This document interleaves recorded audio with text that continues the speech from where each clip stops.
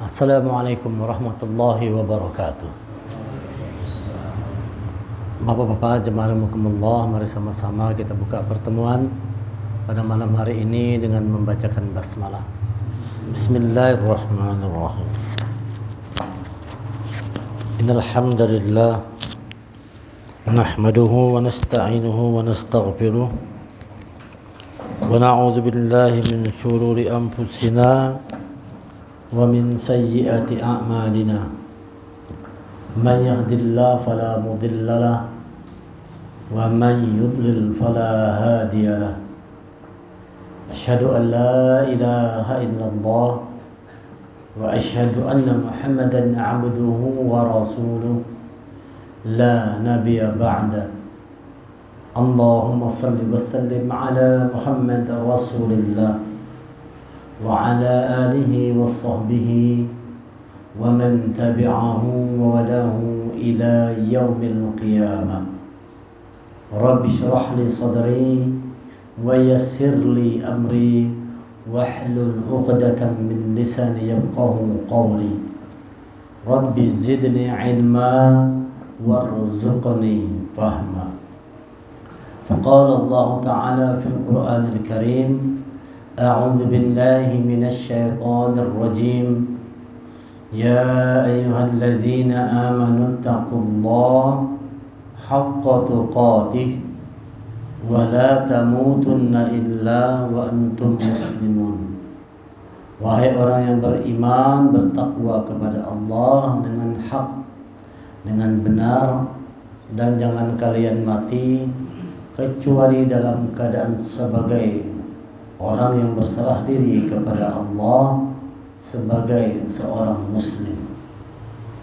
Ya ayuhan nasu taqu rabbakum alladhi khalaqakum min nafsin wahidah wa khalaqa minha zawjaha wa bassa minhuma rijalan katsiran wa nisaa wattaqullaha alladhi tasaaluna bihi wal arham إن الله كان عليكم رقيبا يا أيها الذين آمنوا اتقوا الله وقولوا قولا سديدا يصلح لكم أعمالكم ويغفر لكم ذنوبكم ومن يطع الله ورسوله فقد فاز فوزا عظيما. الحمد لله. Rasa syukur mari kita haturkan kehadirat Allah Subhanahu wa Ta'ala atas segala limpahan rahmat, taufik dan hidayah yang Allah berikan kepada kita semua. Salawat dan salam semoga senantiasa tercurah kepada Nabi kita Nabi Muhammad sallallahu alaihi wasallam beserta kerabat, sahabat dan pengikut beliau hingga akhir zaman. Malam hari ini kita akan melanjutkan kaji tentang arti dan makna dari nama-nama Al-Quran. Sudah kita kaji nama Al-Quran ada beberapa nama. Yang pertama namanya Al-Kitab, yang kedua namanya Al-Bayan, yang ketiga namanya Al-Huda. Dan sudah kita kaji sama-sama apa itu Al-Kitab, apa itu Al-Bayan, dan apa itu Al-Huda. Malam hari ini kita masuk kepada nama Al-Quran yang keempat, yaitu Al-Furqan, yang secara letterlek diartikan sebagai pembeda. Jadi Al-Quran, Al-Furqan, pembeda, ini adalah nama Al-Quran yang menjelaskan bahwa Al-Quran ini di dalamnya menjelaskan hal-hal, kejadian-kejadian, peristiwa-peristiwa yang berbeda-beda, tetapi dia tetap dalam satu kesatuan. Walaupun ceritanya itu berbeda, penjelasannya berbeda, tapi dia tetap dalam satu kesatuan. Ada cerita tentang Fir'aun, ada cerita tentang Abu Jahal, ada cerita tentang Abu Lahab, ada cerita tentang Qarun dan sebagainya. Ada juga cerita tentang orang-orang soleh, cerita para nabi. Ada Allah ceritakan tentang surga neraka, Allah ceritakan tentang golongan kanan dan golongan kiri. Berbeda-beda memang, ada yang baik, ada yang buruk, ada yang benar, ada yang salah, ada yang kanan, ada yang kiri. Ceritanya berbeda-beda, tapi dalam satu rangkaian, satu kesatuan yang tujuan dari itu semua agar manusia terbimbing di jalan Allah. Kalau Allah jelaskan cerita tentang Fir'aun, bukan berarti Allah nyuruh kita jadi Fir'aun. Nah, kan kayak gitu. Ada cerita tentang Abu Lahab, bukan berarti kita harus jadi Abu Lahab, tetapi Allah memberikan gambaran seperti inilah tentang bagaimana kesudahan orang-orang yang membiarkan hidupnya dalam keburukan. Seperti ini orang-orang yang hidupnya dalam kebaikan. Nah, jadi kita punya dengan itu kita bisa melihat mana yang harus kita pilih. Jadi kemampuan Al-Furqan pembeda ini supaya manusia bisa menentukan pilihan. Allah berikan contohnya. Nih Fir'aun begini matinya nih, tenggelam di laut. Karena jahat mati tenggelam di laut. Qarun orang yang gila harta dunia mati ditelan bumi dengan harta-hartanya. Haman teknokrat yang sombong mati disambar petir. Allah beri contoh tuh bagaimana kesudahan orang-orang yang berbuat keburukan. Dan Allah juga memberi contoh bagaimana kesudahan akhir dari orang-orang yang berbuat kebaikan. Lalu kita dengan kemampuan Furqan itu kita menentukan pilihan. Kita mau umpat yang mana? Umpat Abu Jahal kah? Umpat Abu Lahab kah? Umpat Qarun kah? Fir'aun kan? Atau kita mengikuti Rasulullah dan para sahabatnya. Nah, itu namanya kemampuan Furqan itu. Dengan kemampuan itu manusia bisa menentukan pilihan yang tepat dalam hidupnya. Pilihan yang tepat kesan kita itu apa? Kalau misalnya kita menentukan pilihan antara yang baik sama yang buruk, itu rasanya lebih nyaman, ya kan? Antara yang baik buruk itu nyaman kita menentukan pilihan. Tentu kalau kita orang beriman pasti kita milih yang baik. Saat ini kita mengaji, di saat yang sama diajak kawan berjudi, misal kau itu kan, itu jelas kan? Ada satu pengajian, satu ada kawan ngajak pergi berjudi, jelas ini orang beriman pasti milih pengajian. Nah, yang persoalannya adalah ketika di waktu yang sama kita dihadapkan dengan hal-hal yang semuanya baik. Pas kita hendak mengaji ini ada undangan saruan, misalnya kan, pas jamnya nih sama. Pas hendak mengaji ada undangan saruan, bersyukuran tetangga sebelah rumah saruan.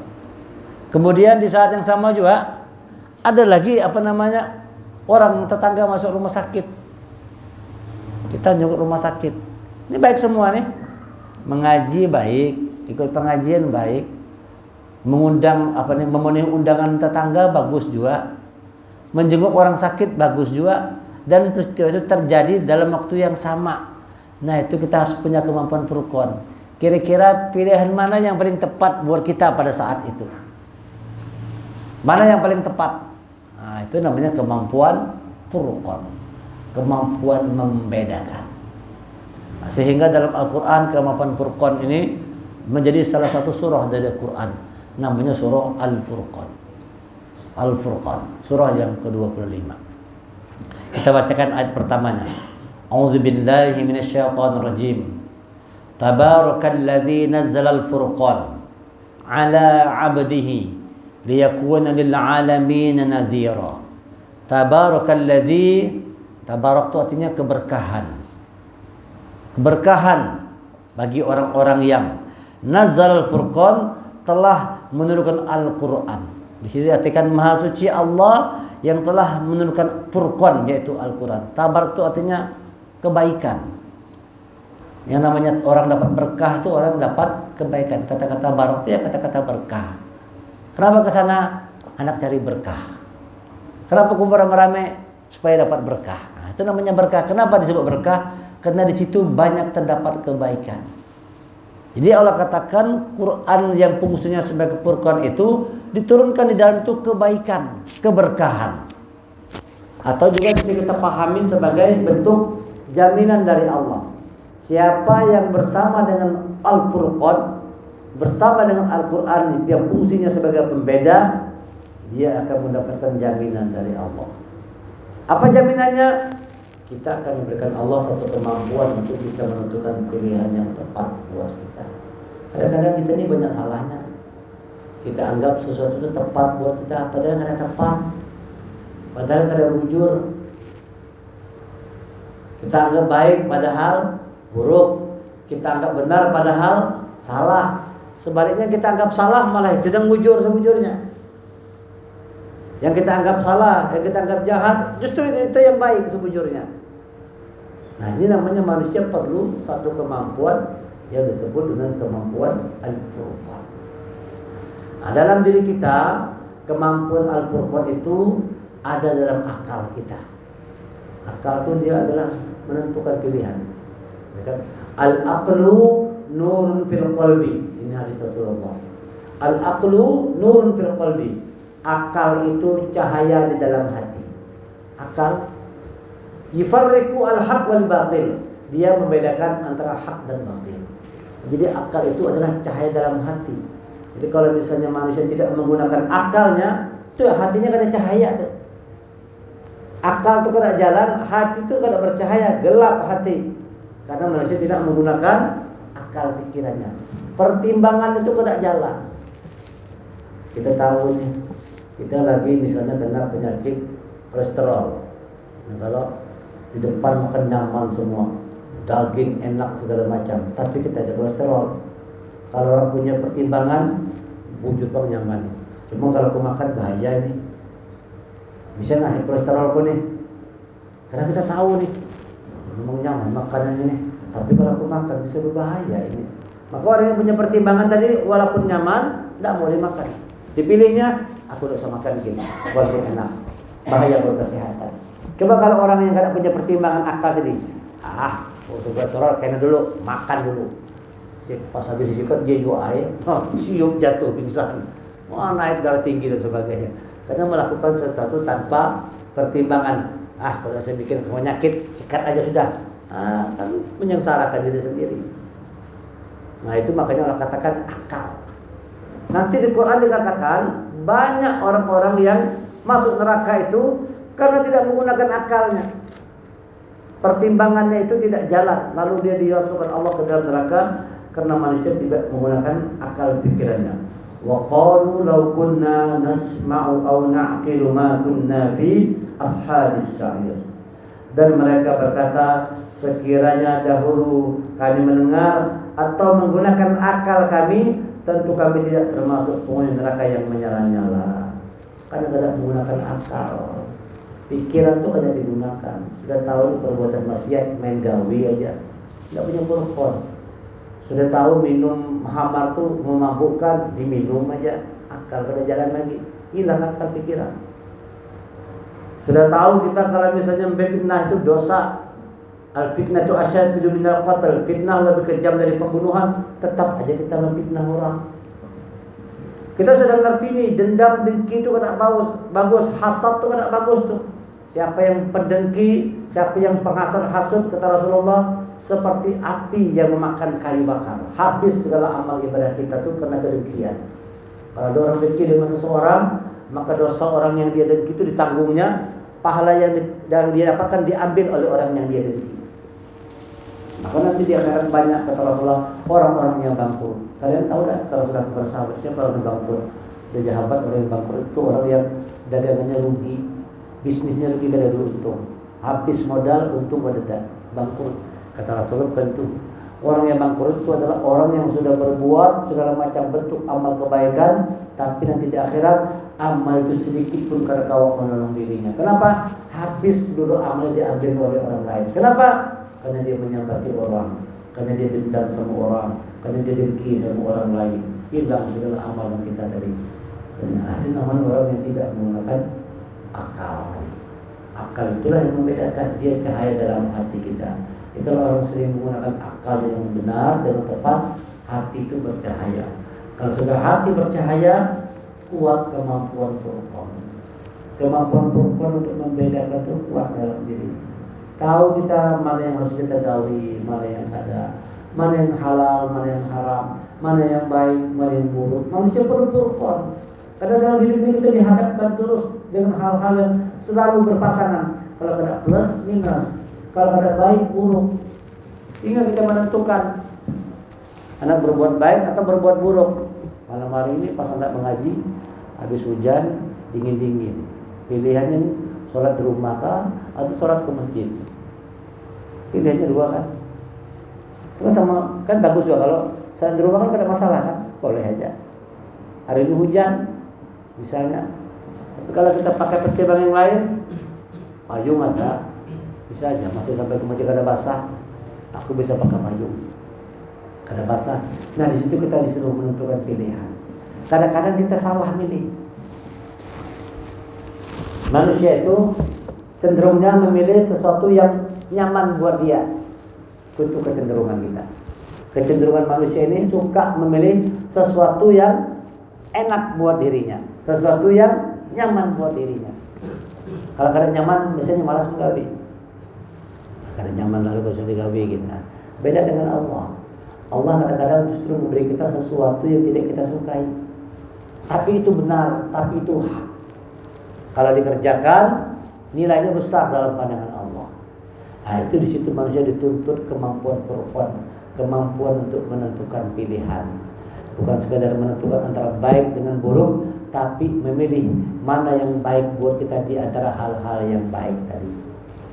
Dihadapkan dengan A, B, C, D, baik seberataan, tapi pada saat yang sama, waktu yang sama, mana yang paling penting buat kita. Namanya skala prioritas. Dengan kemampuan perempuan itu manusia bisa menentukan mana skala prioritas, mana hal yang penting dan mendesak yang harus kita kerjakan. Berkon, pas azan berkumandang zuhur, gawin di kantor belum tuntung, ini nanti komputer, ya kan? Ini belum tuntung gawian nih, tanggung nih. Pas azan berkumandang, di situ pasti itu bisikan datang. Sholat dulu kah? Kalau orang ada iman lah. Kalau nggak ada iman ya gawe taruh saja terus kan. Kalau nggak ada punya iman, kada masalah orang azan mah gawe itu orang kada sholat orangnya. Tapi kalau ada orang yang punya iman dia mikir dulu tuh, tuntung akan gawian kah atau sholat duluan. Nah itu Furqan namanya tuh. Kita pilih nih, menuntung gawian kan bagus juga kalau tugas kantor nih harus tuntung gawian nih. Tapi ada panggilan Allah. Mana yang lebih utama, mana yang lebih penting. Nah itu namanya kemampuan Furqan. Kemampuan Furqan itu harus ada dalam setiap diri manusia. Dengan kemampuan itu manusia bijak dalam menentukan pilihan. Bijak dalam hidup itu, jadi kita bijak menentukan pilihan. Itu yang pertama tuh, fungsi dari kemampuan Furqan supaya manusia bijak dalam menentukan pilihan. Jangan sampai salah memilih. Jangan sampai salah melakukan. Kemampuan Furqan itu harus ada. Nanti dikatakan Ramadan itu sebagai bulan Furqan. Kenapa? Di situ banyak pilihan. Syahrul Ramadan alladzi unzila fihi al-Qur'an hudan lin-nas wa bayyinatin minal huda wal furqan. Wal furqan, nama Quran. Di bulan Ramadan kata Allah, kami turunkan Quran hudan lin-nas, dia petunjuk buat manusia. Wa bayyinat, dia menjelaskan, wal furqan, dan pembeda. Nanti di Ramadan itu ketahuan itu siapa orang yang punya kemampuan Furqan ini. Nanti di Ramadan ketahuan mana orang yang punya kemampuan Furqan, kemampuan Furqannya kuat, atau ada orang yang punya kemampuan Furqan dua, cuma lemah kemampuannya, atau bahkan ada orang yang sama sekali tidak punya kemampuan Furqan tadi. Ramadan ini harusnya kita cenderungnya kemana? Dalam setahun kan? Dalam setahun itu datang Ramadan. Harusnya cenderungnya kemana kita nih? Cenderungnya kepada nilai akhirat atau nilai dunia? Cenderung beribadah atau cenderung cari duit di bulan Ramadan? Kesempatannya sama-sama terbuka luas nih. Kesempatan untuk mendekatkan diri kepada Allah terbuka luas, tapi kesempatan untuk mencari untung banyak juga terbuka luas. Kita tentu memilih nih. Pilih mana ya bagusnya nih? Fokus ibadah atau bisnis ini kita fokuskan nih. Itu namanya kemampuan Al-Furqan. Ramadan itu manusia harus punya kemampuan Furqan. Dia bisa menentukan mana pilihan yang terbaik buat diri kita. Tabarakalladzi nazala al-Furqana ala 'abdihi liyakuna lil 'alamin nadhira. Jadi dikatakan dalam surah Al-Furqan ayat 1 itu, Maha suci Allah yang telah menurunkan Furqan yaitu Al-Qur'an kepada hambanya ala 'abdihi. Kata-katanya bukan ala Muhammad. Perhatikan nih kalimat Al-Quran yang indah sekali. Allah tidak mengatakan tabarakalladzi nazzala al-furqana ala Muhammad. Maha suci Allah yang telah menurunkan Al-Furqan, Quran kepada Muhammad. Kan bisa saja begitu kan? Tapi Allah menggunakan istilah ala abdi. Bukan langsung ala Muhammad, padahal bisa aja langsung ala Muhammad. Tabarakalladzi nazzala al-furqana ala Muhammad. Kan bisa. Tapi Allah katakan kalimatnya tabarakalladzi nazzala al-furqana ala abdi. Artinya apa? Kalau manusia pandai menggunakan kemampuan Furqan, baca Quran, dengan mempelajari Quran, dia menemukan Furqan itu, kemampuan Furqannya semakin meningkat ala abdi, maka dia akan tepat sebagai seorang hamba Allah. Tidak ada predikat yang paling hebat daripada dia predikat sebagai seorang hamba Allah. Rasulullah sekalipun tetap predikatnya adalah sebagai seorang hamba Allah. Abdi, Abdullah. Semua Nabi mengatakan qala inni Abdullah, sesungguhnya aku ini hamba Allah. Jadi kalau sudah orang dapat kemampuan Furqan itu, dia sadar benar kalau dirinya itu hamba Allah. Itu utamanya. Utamanya Ramadan nanti sebagai bulan Furqan juga, bulan pembeda itu apa? Supaya dengan datangnya Ramadan manusia sadar kalau dirinya itu hamba Allah, yang tugas utamanya itu beribadah kepada Allah. Karena ketika datang Ramadan, dia fokus, dia konsentrasi. Nah, dia kerahkan seluruh tenaga pikiran itu untuk menjadi hamba Allah yang benar, hamba Allah yang baik. 11 bulan sudah banyak lalai, 1 bulan paling ada untuk Allah. 11 bulan sudah kemana-mana kita kan, ngurus ini, ngurus itu, banyak kan urus apa segala macam. Dalam setahun Allah cuma minta sebulan aja. Bulan Ramadan itu khusus karena waktunya untuk Allah. Syahrul Ramadan, syahrul syiyam, syahrullah, syahrul mubarak. Bulan Allah, bulan puasa, bulan penuh berkah. Itu bulan Ramadan. Sebentar lagi datang. Setengah lagi. Lebih 30 tambah 15, anggaplah 45 hari. Ya betul. 44 per 3. Lebih kurang segitu, ya kan? Lebih kurang, ya anggaplah 45 hari lagi. Ini sebentar lagi waktunya. Sebentar lagi waktu Ramadan datang, ya. Lebih kurang 45 hari lagi. Nah, Masya Allah, kita harus persiapkan diri dengan baik kan. Nah, tempatkan diri kita sebagai seorang hamba Allah. Datang bulan Ramadan harusnya dengan Furqan itu manusia betul-betul menempatkan posisi dirinya sebagai hamba Allah di bulan Ramadan. Yang urusannya paling utama adalah beribadah kepada Allah. Tapi ada orang merasa begini, tapi kan cari duit juga ibadah. Nah, ya kan? Karena kan balas gitu kan. Tapi di Ramadan kan kita mencari duit kan ibadah juga kalau. Iya, bujur cari uang untuk keluarga itu ibadah juga. Tetapi tadi udah katakan skala prioritas mana yang lebih dipentingkan. Cari duit untuk keluarga itu penting. Tetapi ada yang lebih penting dari itu. Apa? Meningkatkan kualitas iman dan takwa kita kepada Allah di bulan Ramadan. Kalau di Ramadan tetap kita sibuk haus dengan segala macam urusan dunia, ya sama aja dengan bulan-bulan yang lainnya. Cuma bedanya kita ada puasa aja. Nah, coba kita usahakan Ramadan itu kemampuan abdihi itu meningkat totalitas.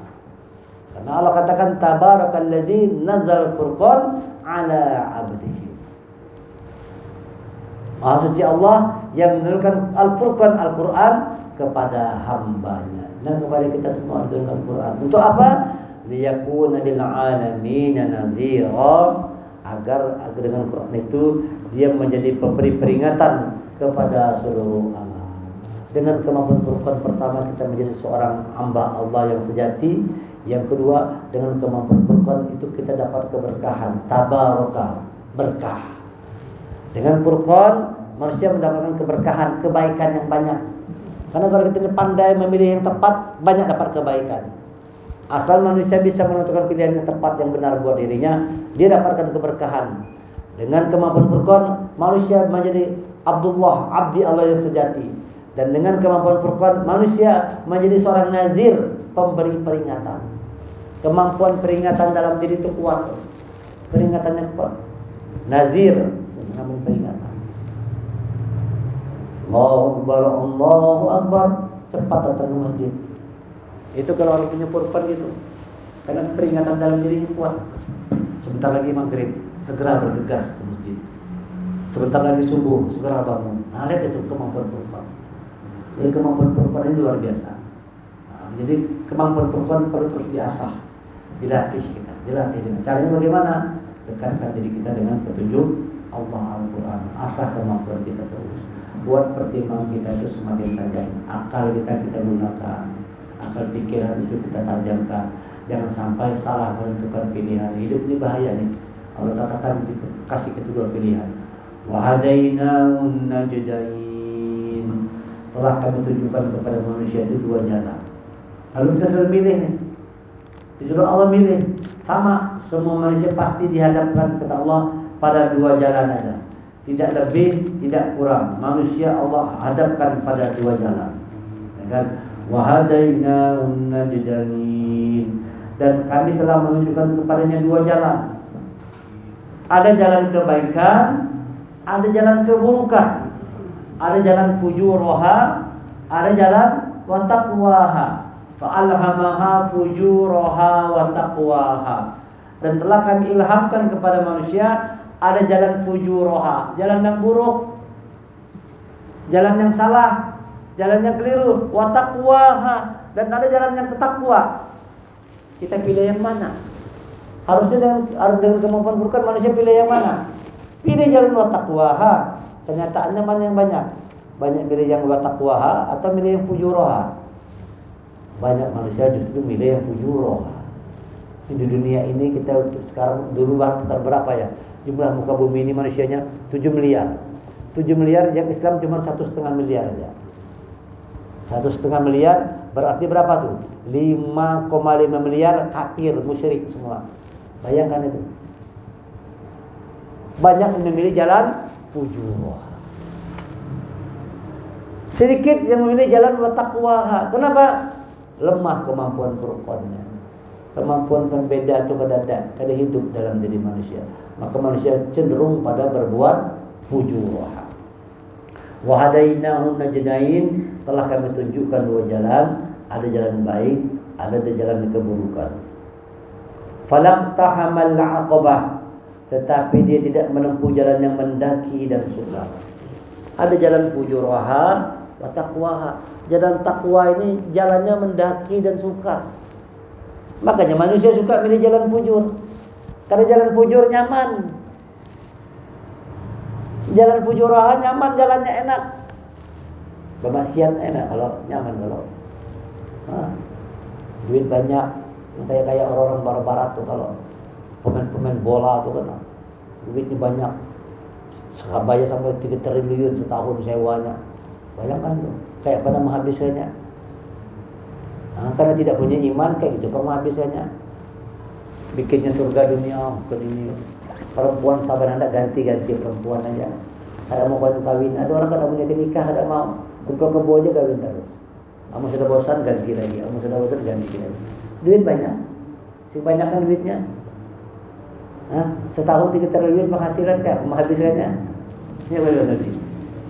Kita sampai mati kita dapat 3 triliun kan. Enggak situ malah setahun aja 3 triliun bayarannya. Nah, ini namanya jalannya kata Allah, jalan fujuroha itu jalannya enak, jalannya nyaman, nikmat. Berbuat maksiat, berbuat musuh, orang berzina, mabuk, berjudi, semua segala macam. Memang enak. Tapi ujungnya pahit. Sedangkan jalan takwa itu Allah katakan falaqtahamal aqabah. Jalannya sulit dan mendaki. Sulit. Nanti Ramadan itu jalannya sulit dan mendaki. Ramadan itu jalannya sulit dan mendaki. Kenapa Allah buat yang kebaikan itu jalan sulit dan mendaki?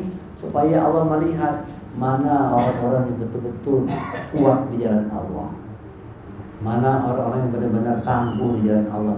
Diuji keimanan kita. Ramadan itu bulan ujian keimanan. Karena kita akan berhadapan dengan hal-hal yang pahit, hal-hal yang tidak kita sukai. Perut lapar, makan ngantuk, segala macam. Banyak gawian, banyak tugas tugas. Kita sudah pilih mana yang mau kita aktifkan. Hati-hati, salah memilih.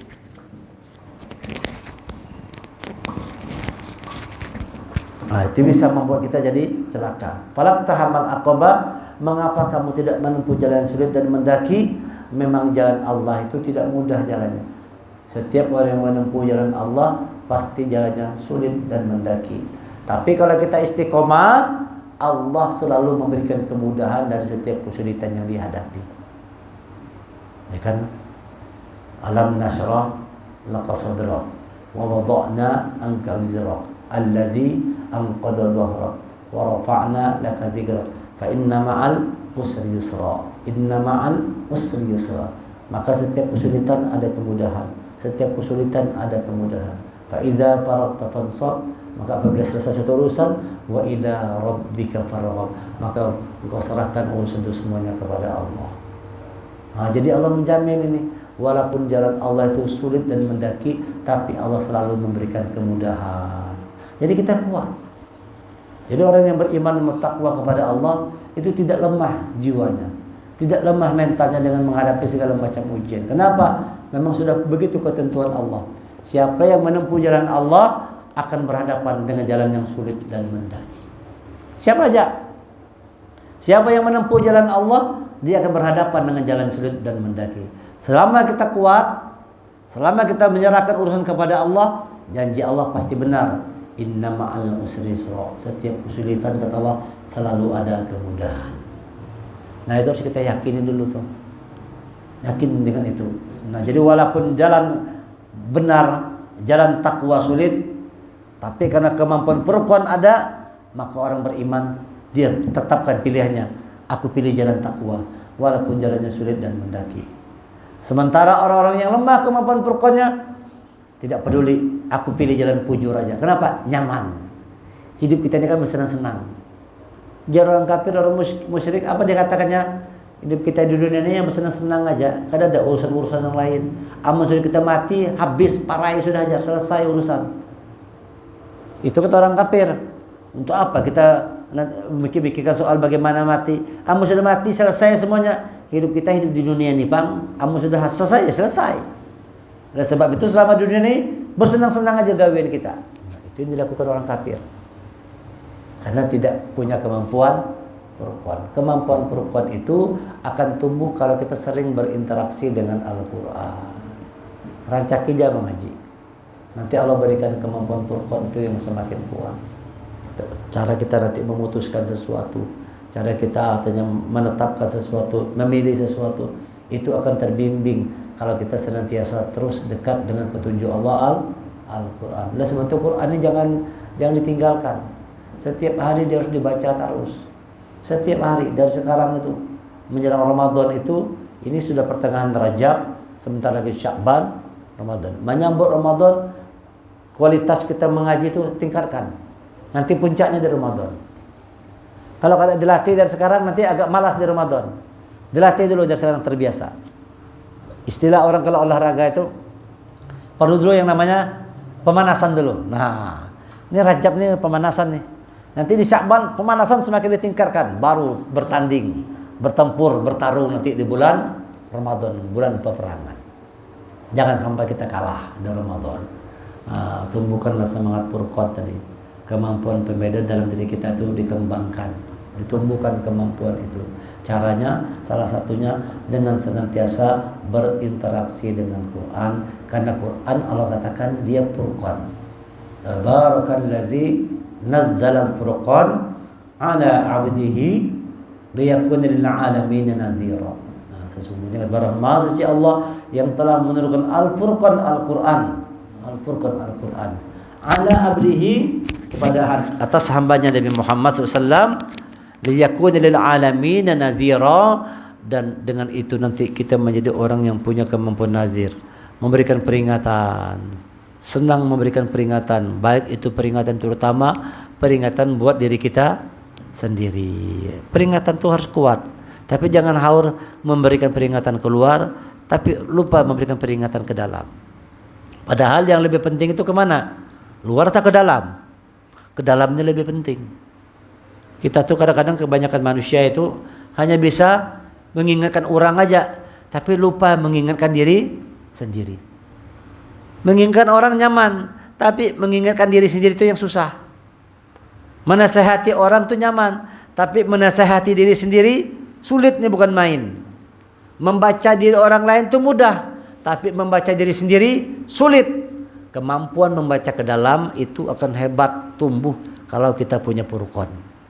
Furqan itu membuat manusia kuat kemampuan membaca diri ke dalam. Membaca ke dalam lebih kuat, memberikan peringatan ke dalam, memberikan nasihat ke dalam diri itu lebih kuat ketimbang dia ke keluarnya. Nah, mudah-mudahan dengan kita mengkaji surah, mengkaji nama Al-Quran Furqan ini, kemampuan Furqan itu semakin tumbuh dalam diri kita semua. Lalu dengan itu kita bisa membedakan mana yang hak, mana yang batil, dan kunci dalam diri kita adalah akal pikiran kita.